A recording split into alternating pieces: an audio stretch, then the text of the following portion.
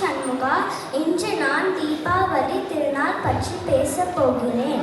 தீபாவளி என்றால் ஒளி விழா. ஒளிக்கு ஒரு விழா, அது கழிக்கும் கழிவிழா. இனிக்கும் சுவை விழா, நினைக்கும் பெருவிழா. சிறியோர்களுக்கு சிறப்பான விழா, பெரியோர்களுக்கு பொறுப்புகள் நிறைந்த விழா.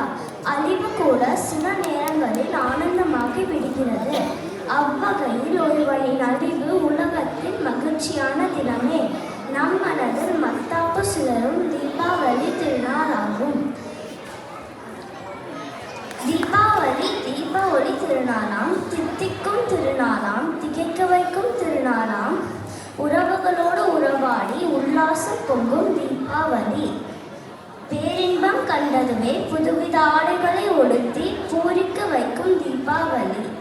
வெடிகள் வெடித்து கொண்டாடும் தீபாவளி. நன்றி, வணக்கம்.